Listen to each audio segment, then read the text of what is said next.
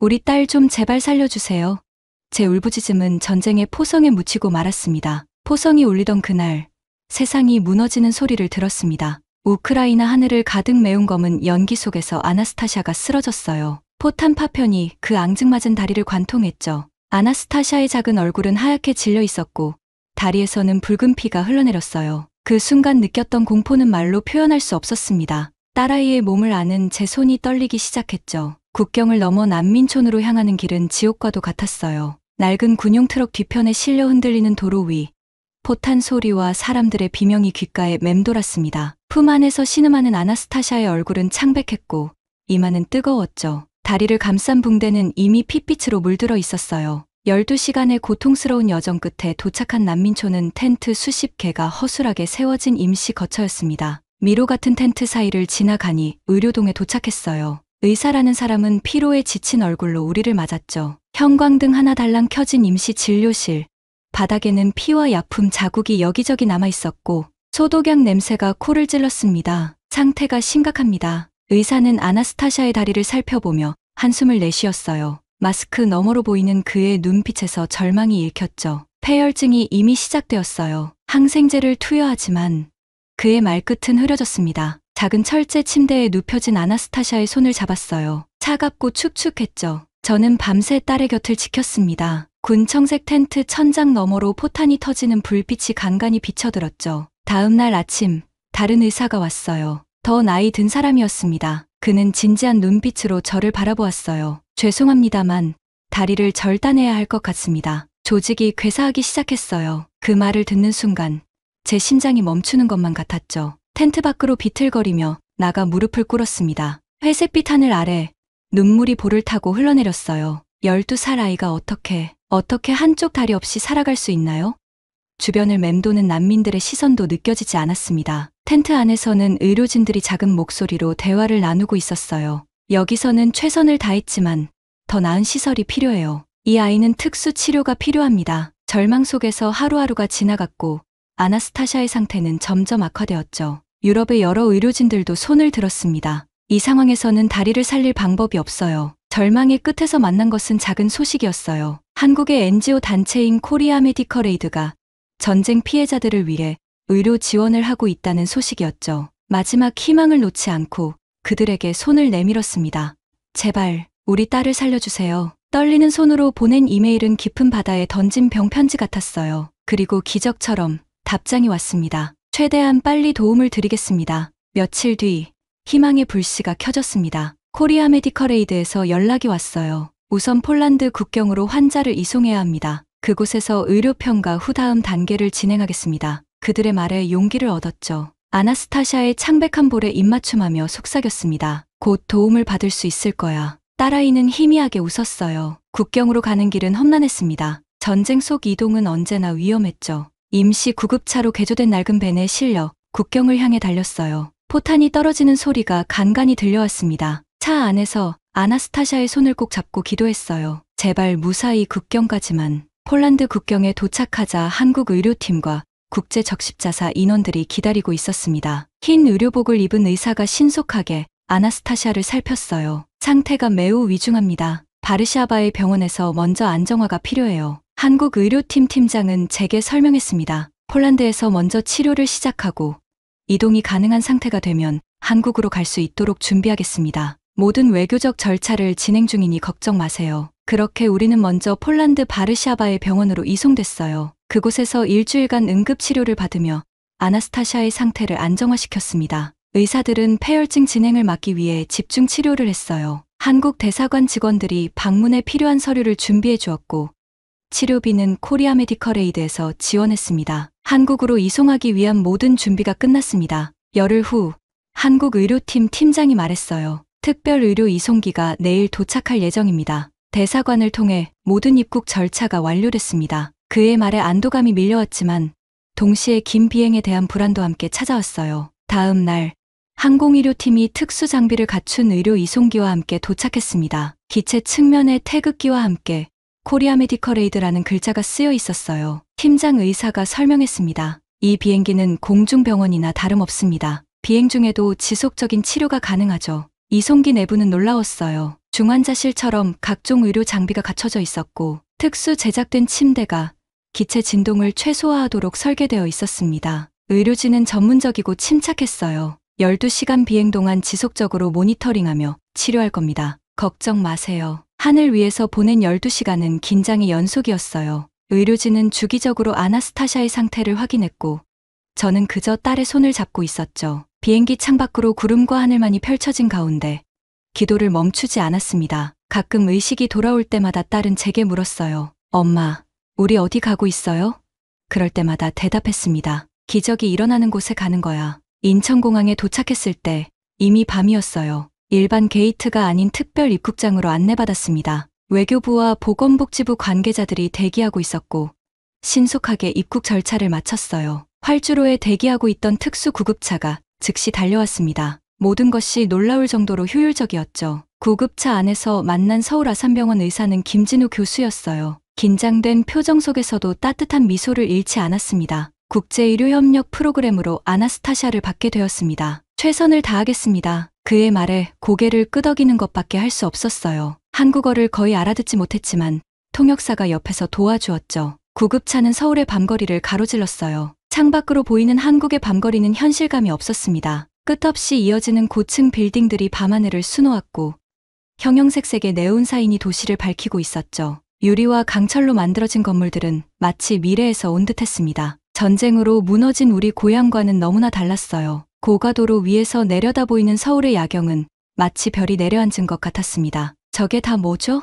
통역사에게 물었어요. 그녀는 미소를 지으며 대답했죠. 저건 강남이라는 곳이에요. 서울에서 가장 발전된 지역 중 하나죠. 멀리 보이는 한강 위로 반짝이는 다리들, 그리고 그 위를 달리는 자동차들의 행렬은 마치 살아 움직이는 빛의 강처럼 보였습니다. 서울의 밤거리를 가로지르는 구급차 안에서 저는 두 손을 모아 기도했습니다. 창밖으로 지나가는 고층 빌딩들과 화려한 도시 풍경은 마치 다른 세계 같았어요. 우크라이나의 전쟁터와는 너무나 다른 평화로운 세상이었죠. 구급차 천장을 바라보며 생각했습니다.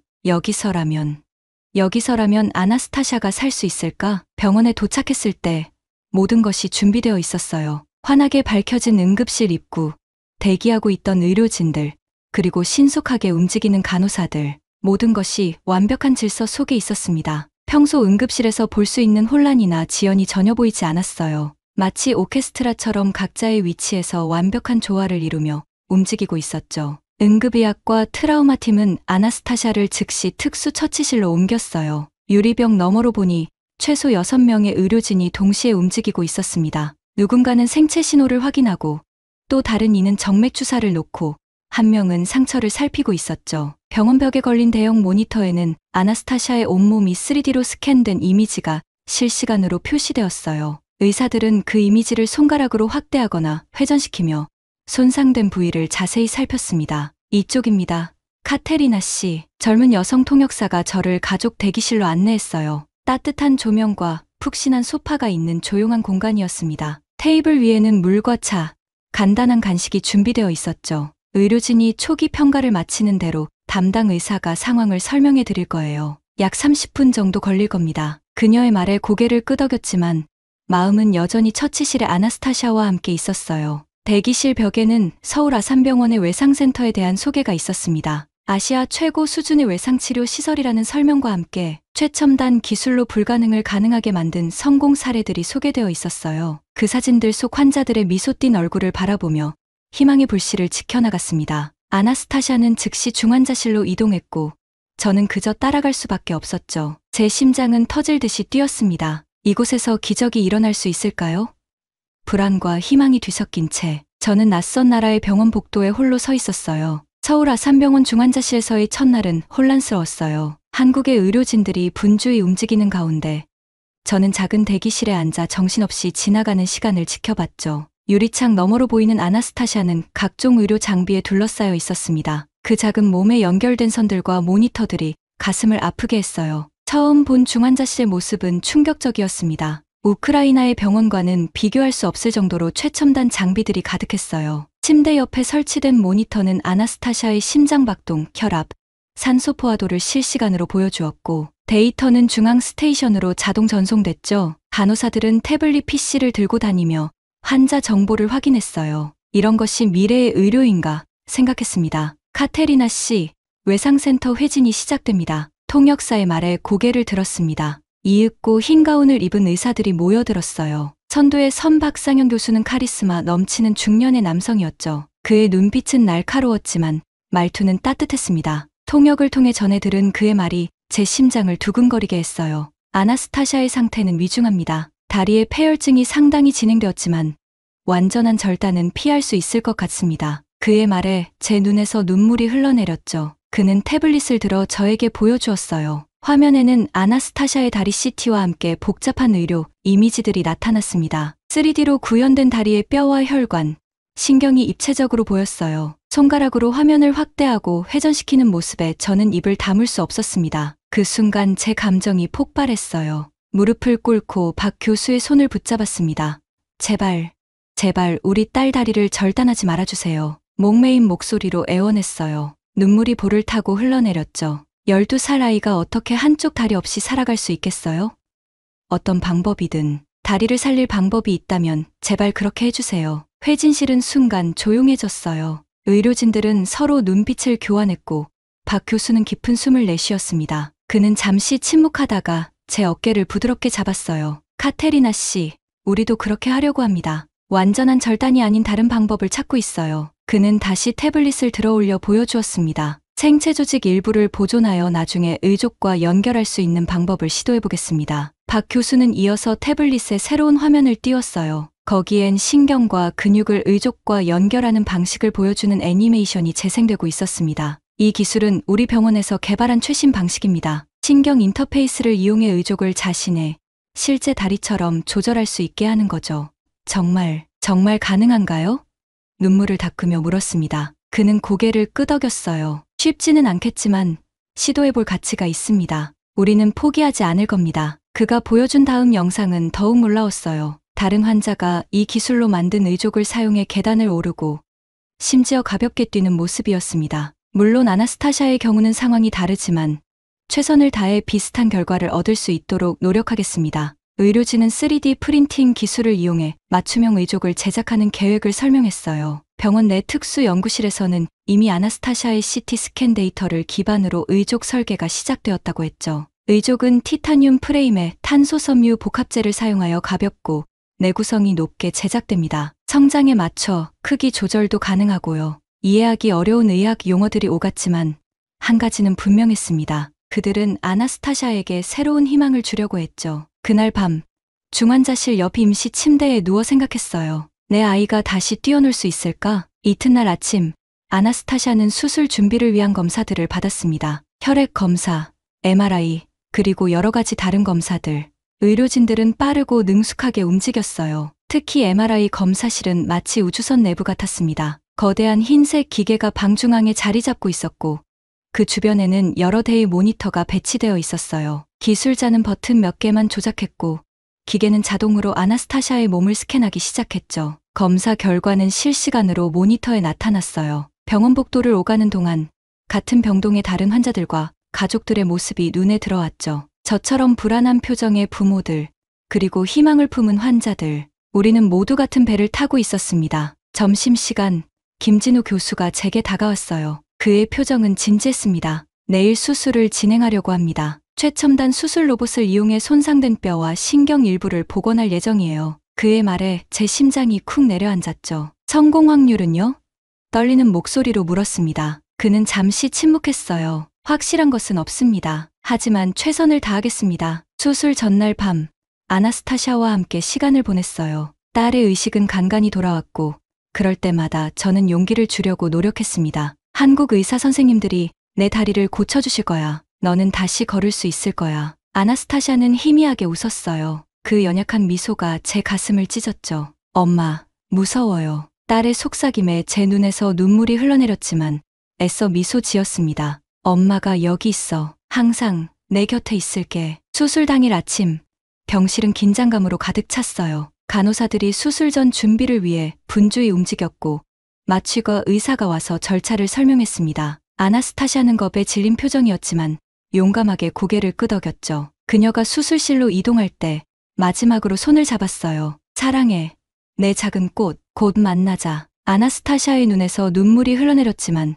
그녀는 미소 지었습니다. 엄마도 사랑해요. 수술실 문이 닫히고 저는 병원 복도에 홀로 남겨졌어요. 심장이 터질 듯이 뛰었고 다리는 후들거렸죠. 이내 무릎을 꿇고 기도하기 시작했습니다. 시간은 느리게 흘러갔어요. 병원 창문 너머로 보이는 서울의 하늘은 맑았지만 제 마음은 폭풍 우치는 바다 같았습니다. 10시간의 수술이 시작됐고 저는 제 딸의 생명을 한국의 의사들 손에 맡긴 채 기다릴 수밖에 없었어요. 수술실 밖에서의 10시간은 지옥과도 같았어요. 대기실에 있는 낡은 시계의 초침 소리가 머릿속을 울려 퍼졌습니다. 하나, 둘, 셋. 시간은 끝없이 흘러갔죠. 간간히 수술실에서 나오는 간호사들에게 물었지만 돌아오는 대답은 항상 같았어요. 아직 진행 중입니다. 조금만 더 기다려주세요. 대기실 소파에 앉아 생각에 잠겼습니다. 아나스타샤가 처음 걸음마를 뗐던 날, 첫 자전거를 탔던 날, 학교에 첫 등교하던 날, 그 모든 기억이 주마등처럼 스쳐 지나갔어요. 우리는 평범한 삶을 살았습니다. 남편은 선생님이었고 저는 도서관에서 일했죠. 아나스타샤는 학교에서 피아노를 배우고 있었어요. 그때만 해도 우리는 전쟁이 우리 삶을 이렇게 뒤흔들 거라고 상상도 못했습니다. 오후 5시 박상영 교수가 수술실에서 나왔어요. 그의 얼굴은 피로로 지쳐 있었지만 미소를 짓고 있었죠. 제 심장이 쿵 내려앉았습니다. 어떻게 됐나요?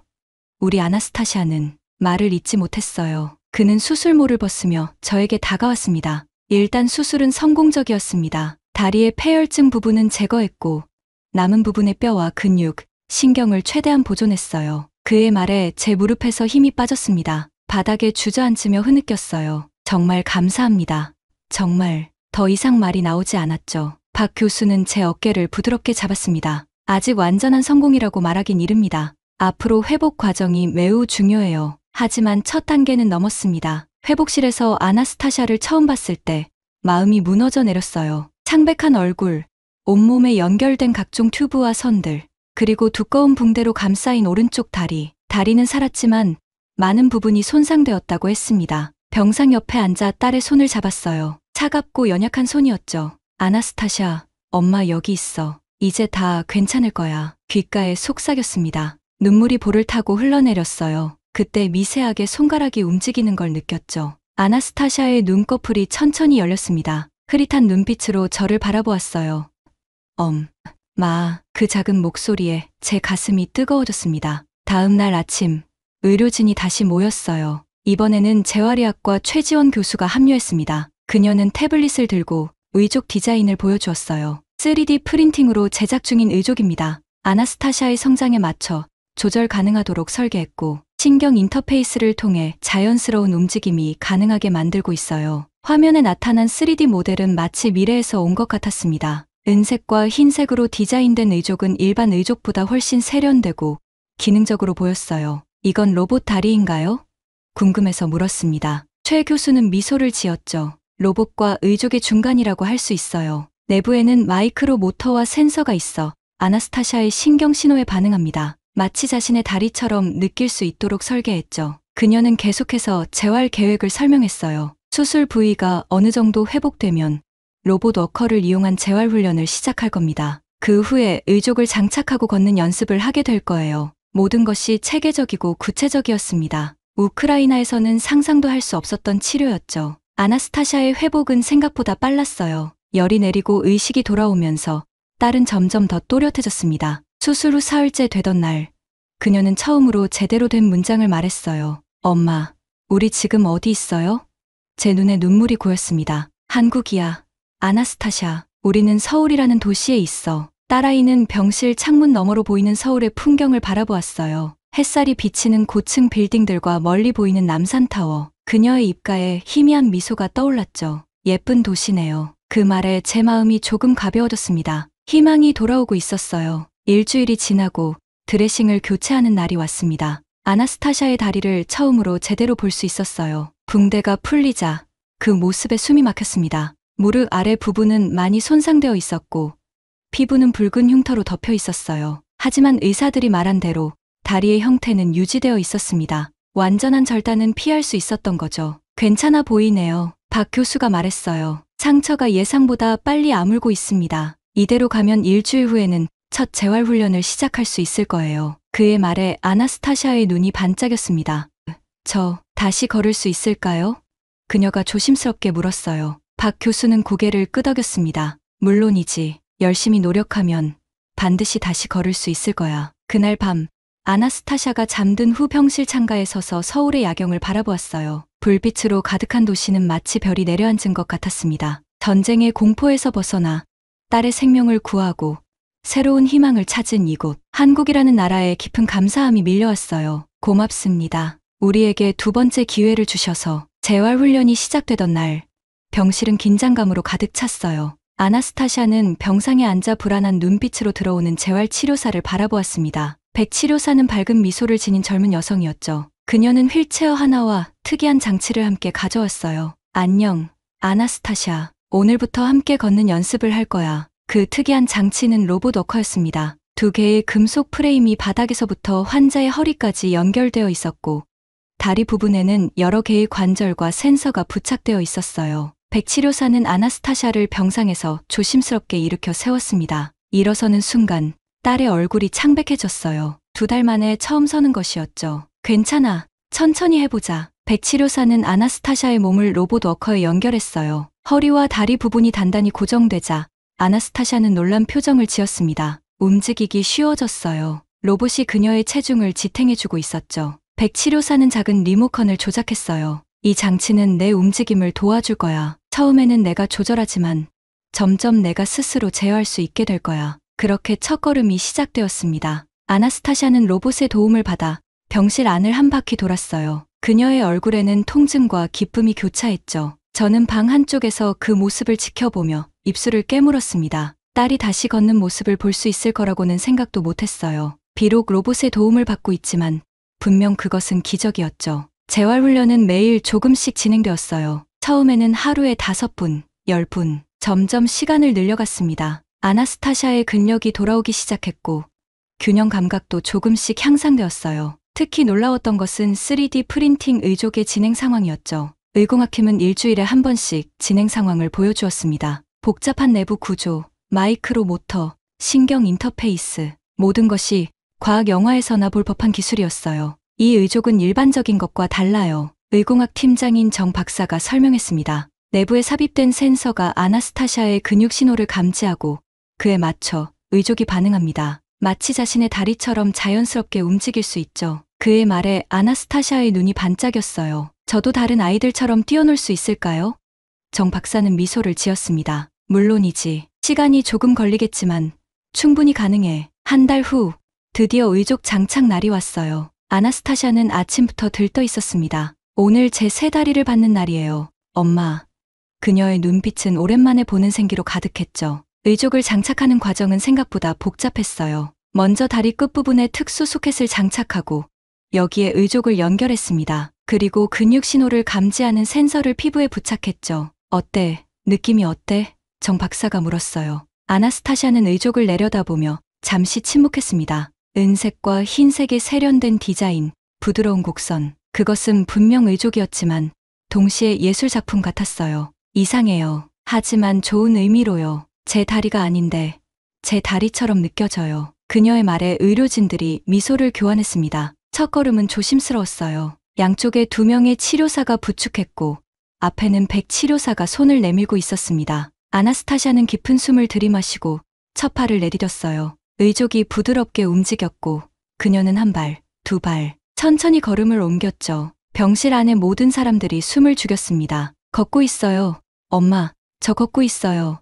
아나스타샤의 외침에 제 눈에서 뜨거운 눈물이 흘러내렸어요. 딸은 천천히, 하지만 분명하게 앞으로 나아가고 있었습니다. 의족은 마치 실제 다리처럼 자연스럽게 움직였고 아나스타샤의 얼굴에는 승리의 미소가 번졌죠. 그 순간 우리가 겪은 모든 고통과 두려움이 조금씩 녹아내리는 것 같았어요. 의료진들은 박수를 쳤고 저는 그저 울 수밖에 없었습니다. 누군가 휴지를 건넸고 저는 감사의 미소를 지었어요. 아나스타샤는 5걸음, 10걸음, 점점 더 많은 걸음을 내디뎠습니다. 의족이 완벽하게 작동하진 않았지만 그것은 분명 시작이었어요. 우리 앞에 새로운 길이 열린 것 같았죠. 그날 저녁 아나스타샤는 병실 침대에 누워 자신의 새 다리를 물끄러미 바라보았어요. 엄마, 이게 다 꿈 같아요. 그녀가 속삭였습니다. 제 마음도 똑같았어요. 2달 전 우크라이나 난민촌에서 절망에 빠져 있던 우리가 지금은 서울에서 새로운 희망을 찾고 있다니 누가 상상이나 했을까요? 그래, 꿈 같아. 하지만 이건 현실이야. 우리 딸. 의족을 장착한 지 2주일 후 아나스타샤는 매일 조금씩 더 자신감을 얻어갔어요. 처음에는 짧은 거리만 걸을 수 있었지만 곧 병동 전체를 돌아다닐 수 있게 되었죠. 재활 치료사들은 그녀의 빠른 적응 속도에 놀라워했습니다. 우리가 본 환자 중에서 가장 빠르게 적응하고 있어요. 백 치료사가 자랑스러운 표정으로 말했어요. 특히 의족의 신경 인터페이스 시스템은 예상보다 훨씬 잘 작동했습니다. 아나스타샤가 다리를 움직이려고 생각하면 의족이 그 신호를 감지하고 반응했어요. 처음에는 약간의 지연이 있었지만 연습을 거듭할수록 반응 속도는 점점 빨라졌죠. 마치 제 진짜 다리를 움직이는 것 같아요. 어느 날 아나스타샤가 신기한 표정으로 말했습니다. 재활센터에서는 다양한 훈련이 진행되었어요. 평지 걷기, 계단 오르내리기, 균형 잡기. 아나스타샤는 모든 훈련에 열심히 참여했습니다. 때로는 좌절하고 눈물을 흘릴 때도 있었죠. 특히 계단을 오르내리는 연습은 어려웠어요. 몇 번이나 넘어질 뻔했고 한 번은 정말 넘어져서 무릎에 작은 상처를 입기도 했습니다. 하지만 그럴 때마다 아나스타샤는 다시 일어났어요. 화가 나요, 엄마. 어느 날 훈련 후 병실로 돌아와 아나스타샤가 말했습니다. 다른 아이들은 쉽게 할 수 있는 일인데 저는 이렇게 힘들어요. 그녀의 눈에 눈물이 고였어요. 제 마음도 아팠지만 강한 모습을 보여주려 노력했습니다. 아나, 넌 지금 전쟁에서 살아남았고 다리를 잃을 뻔했어. 그런데도 지금 걷고 있잖아. 그게 얼마나 대단한 일인지 알아? 딸의 이마에 키스했어요. 넌 내가 본 가장 용감한 아이야. 봄이 깊어가던 어느 날 의료진이 좋은 소식을 가져왔습니다. 이제 병원 밖으로 나가봐도 좋을 것 같아요. 박 교수의 말에 아나스타샤의 얼굴이 환하게 밝아졌어요. 석 달 동안 병원 안에만 있었던 딸에게 외출은 엄청난 선물이었죠. 어디로 가고 싶니? 제가 물었습니다. 아나스타샤는 망설임 없이 대답했어요. 벚꽃이 보고 싶어요. 간호사 언니가 사진을 보여줬는데 정말 예뻤어요. 그래서 우리는 병원 앞 공원으로 향했습니다. 휠체어를 준비했지만 아나스타샤는 고개를 저었어요. 걸어갈 거예요. 그녀의 결심에 의료진도 동의했죠. 물론 만일의 사태에 대비해 휠체어는 뒤에서 따라오게 했지만요. 병원 문을 나서는 순간 따스한 봄 햇살이 우리를 반겼습니다. 아나스타샤는 눈을 감고 깊은 숨을 들이마셨어요. 신선한 공기, 공원으로 가는 길은 그리 멀지 않았지만 아나스타샤에게는 도전이었어요. 인도의 작은 턱, 약간의 경사, 모든 것이 새로운 시험이었죠. 하지만 그녀는 천천히, 꾸준히 앞으로 나아갔습니다. 때로는 제 팔을 붙잡고, 때로는 스스로의 힘으로 걸었어요. 지나가는 사람들이 호기심 어린 시선으로 봤지만 아나스타샤는 개의치 않는 듯 했습니다. 마침내 공원에 도착했을 때 우리 앞에 펼쳐진 광경은 그야말로 장관이었어요. 분홍빛 벚꽃이 공원 전체를 뒤덮고 있었고 살랑이는 봄바람에 꽃잎들이 하늘을 날아다녔죠. 아나스타샤는 말없이 그 광경을 바라보았어요. 그녀의 눈에 눈물이 맺혔습니다. 너무 아름다워요, 엄마. 우리는 벚꽃나무 아래 벤치에 앉았어요. 주변에서는 가족들이 피크닉을 즐기고 아이들이 뛰어놀고 연인들이 걷고 있었습니다. 평화로운 일상의 풍경이었죠. 아나스타샤는 그 모든 것을 새삼스러운 눈으로 바라보았어요. 이곳은 전쟁이 없네요. 그녀의 말에 제 마음이 아팠지만 동시에 감사함도 느꼈습니다. 우리는 지금 안전했으니까요. 잠시 후 아나스타샤가 갑자기 벤치에서 일어났어요. 저기 꽃집 좀 볼래요. 그녀는 몇 걸음 떨어진 곳으로 향했습니다. 조심스럽게 하지만 확실한 걸음으로. 그리고 문득 깨달았어요. 아나스타샤가 휠체어 없이 제 도움 없이 걷고 있다는 것을. 그녀는 벚꽃 한 송이를 주워들고 돌아보며 환하게 웃었어요. 엄마, 나 진짜 걸었어요. 그 순간 시간이 멈춘 것 같았습니다. 벚꽃잎이 하늘에서 춤추듯 내려오고 햇살이 아나스타샤의 미소를 비추는 가운데 제 마음에 깊은 감동이 밀려왔어요. 우리가 겪은 모든 고통과 시련 끝에 만난 이 작은 기적. 딸의 첫걸음이었습니다. 눈물이 볼을 타고 흘러내렸지만 이번에는 기쁨의 눈물이었습니다. 잘했어, 우리 딸. 목이 메어 간신히 말을 이었어요. 아나스타샤는 더 많은 걸음을 내디디며 제게 다가왔습니다. 그녀의 걸음걸이는 아직 완벽하지 않았지만 분명 그것은 기적이었어요. 전쟁의 포화 속에서, 절망의 난민촌에서, 그리고 이제 서울의 봄날에 우리는 새로운 시작을 만들어가고 있었습니다. 공원에서의 그 작은 승리 이후 아나스타샤의 회복은 더욱 가속화되었어요. 재활 치료사들은 그녀의 진전에 놀라워했고 의사들은 예상보다 빠른 적응 속도에 만족했죠. 매일 아침 재활센터에서의 훈련은 점점 더 도전적으로 바뀌었습니다. 이제는 평지 걷기나 간단한 계단 오르내리기를 넘어 불규칙한 지형에서 걷기, 방향 전환하기, 심지어 가벼운 조깅까지 시도했어요. 아나스타샤는 정말 특별한 아이예요. 백치료사가 어느 날 훈련을 마치고 제게 말했습니다. 의족과의 연결이 마치 타고난 것처럼 자연스러워요. 보통 아이들은 이런 적응에 훨씬 더 많은 시간이 필요하죠. 그녀의 말에 가슴이 뿌듯했어요. 우리 딸은 언제나 강했습니다. 전쟁 전에도 어떤 어려움 앞에서도 쉽게 포기하지 않았죠. 한국에 온 지 넉 달째 되던 날, 박 교수가 특별한 제안을 했어요. 이제 병원 밖 생활에 적응할 시간이 된 것 같습니다. 아나스타샤가 잠시 병원을 떠나 서울을 경험해보는 건 어떨까요? 그의 제안에 놀라지 않을 수 없었습니다. 정말 가능한가요? 제가 물었어요. 그는 미소를 지었죠. 물론이죠. 병원에서 지원하는 게스트하우스가 있습니다. 거기서 일주일 정도 지내면서 일상생활에 적응하는 연습을 해보세요. 그렇게 우리는 병원 근처 한강변의 작은 게스트하우스로 이동했어요. 아담하지만 따뜻한 느낌의 공간이었습니다. 창문 너머로는 한강이 보였고 강변을 따라 이어진 공원에는 사람들이 산책하고 자전거를 타고 있었죠. 아나스타샤는 창가에 서서 그 풍경을 오랫동안 바라보았어요. 엄마, 여기 정말 평화롭네요. 첫날은 게스트하우스에서 쉬었지만 둘째 날부터는 조금씩 외출을 시작했습니다. 근처 카페에 가서 음료를 주문하고 강변 공원을 산책하고 주변 상점들을 구경했어요. 아나스타샤는 매 순간 호기심 가득한 눈으로 서울의 일상을 관찰했습니다. 특히 한강공원에서 만난 아이들이 자전거를 타고 롤러블레이드를 타는 모습에 눈을 반짝였죠. 저도 저렇게 할 수 있을까요? 어느 날 아나스타샤가 물었어요. 자전거를 타는 또래 아이들을 바라보며 말했죠. 순간 망설였지만 곧 미소 지었습니다. 물론이지. 조금 더 시간이 필요하겠지만 분명 할 수 있을 거야. 사실 확신이 없었지만 딸의 꿈을 꺾고 싶지 않았어요. 그날 저녁 게스트하우스로 돌아오는 길에 아나스타샤가 제 손을 꼭 잡았습니다. 엄마, 우리 이제 어떻게 되는 거예요?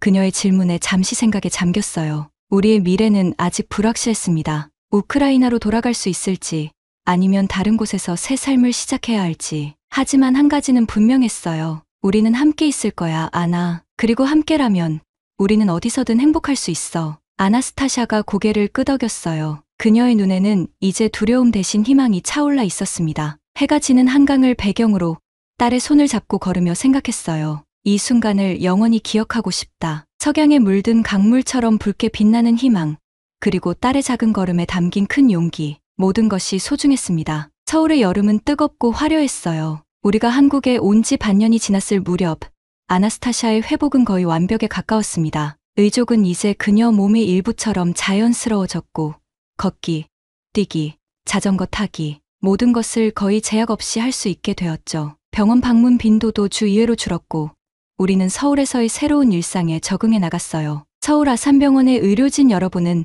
단순히 딸의 다리를 치료해 주신 것이 아니었습니다. 우리의 영혼까지 치유해 주셨어요. 의료 기술의 탁월함도 놀라웠지만 더 놀라웠던 것은 여러분의 헌신과 따뜻함이었습니다. 매일 아침 밝은 미소로 인사하던 간호사분들, 지치지 않고 재활을 도와준 치료사분들, 그리고 포기하지 않고 새로운 방법을 찾아낸 교수님들. 그날 밤 서울타워가 보이는 레스토랑에서 특별한 저녁 식사가 있었습니다. 병원 측에서 마련해준 자리였어요. 창밖으로 보이는 서울의 야경은 마치 별이 내려앉은 것 같았습니다. 아나스타샤는 유리창에 비친 자신의 모습을 바라보았어요. 의족을 단 그녀의 모습이 찬란한 서울의 불빛 위에 겹쳐 보였죠. 엄마, 전 이제 괜찮아요. 갑자기 아나스타샤가 말했습니다. 그녀의 목소리에는 어른스러운 깨달음이 담겨 있었어요. 처음에는 제 다리를 잃는 게 세상의 끝인 줄 알았어요. 하지만 이제 알아요. 중요한 건 다리가 아니라 마음이라는 걸. 그녀의 말에 제 눈에 뜨거운 것이 차올랐습니다. 12살 딸이 이미 어른보다 더 깊은 지혜를 얻은 것 같았어요. 식사 중에 김 교수가 우리에게 다가왔습니다. 아나스타샤의 케이스는 우리 병원 역사에 남을 사례가 될 거예요. 폐혈증이 저렇게 진행된 상태에서 다리를 살린 경우는 전례가 없었거든요. 그의 말에 놀랐어요. 정말 불가능한 일이었나요?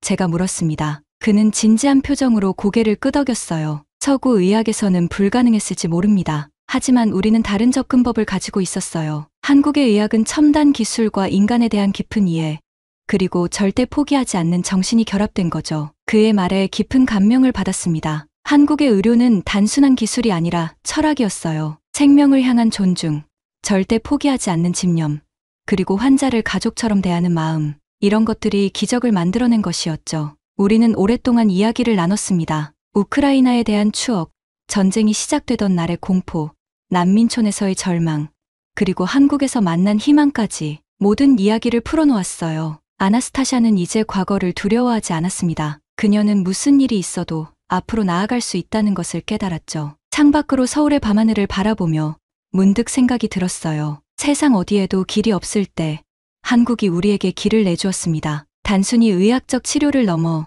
새로운 삶의 가능성을 보여준 거죠. 서울 아산병원의 의료진들, 그리고 이곳에서 만난 모든 분들, 그들은 제게 다시 딸을 안겨주었습니다. 한국이라는 나라는 우리에게 단순한 지명이 아닌 희망의 상징이 되었어요. 첨단 기술과 따뜻한 마음이 공존하는 이곳에서 우리는 다시 살아갈 용기를 얻었습니다. 비록 언젠가는 이곳을 떠나야 하겠지만 한국인들의 정신과 마음은 영원히 우리와 함께 할 거예요. 내일은 어디 갈까요, 엄마?